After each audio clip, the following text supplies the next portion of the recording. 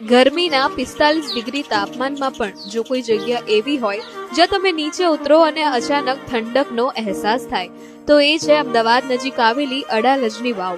લગભગ 500 વર્ષ જૂની આ વાવ માત્ર પાણી માટે નથી પણ પ્રજાની જિંદગી બચાવવાનો એક અનોખો અને મહત્વનો પ્રયાસ હતો। 15મી સદીમાં અડાલજ વિસ્તાર સૂકો હતો, પાણી માટે લોકો દૂર દૂર સુધી જતા હતા। ત્યારે વાઘેલા વંશના રાજા રાણા વીરસિંહે અંદાજે 1498માં આ ભવ્ય વાવનું બાંધકામ શરૂ કરાવ્યું, પરંતુ યુદ્ધના કારણે રાજાનું અવસાન થયું અને કામ અધૂરું રહી ગયું।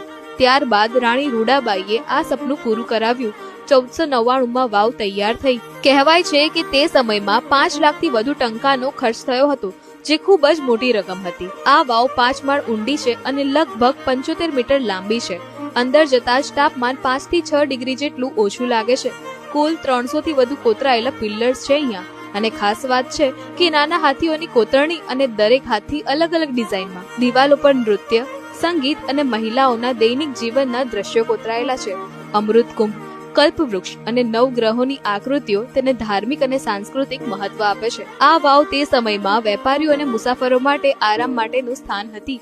આજે આ સ્મારક ભારતીય પુરાતત્વ વિભાગ દ્વારા સંરક્ષિત છે અને દેશ વિદેશના હજારો પ્રવાસીઓ અહીંયા આવે છે।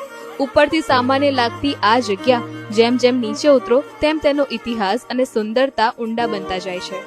અડાલજની વાવ માત્ર એક વાવ નથી, આ છે પથ્થરમાં કોતરાયેલું ગુજરાતનું ગૌરવ।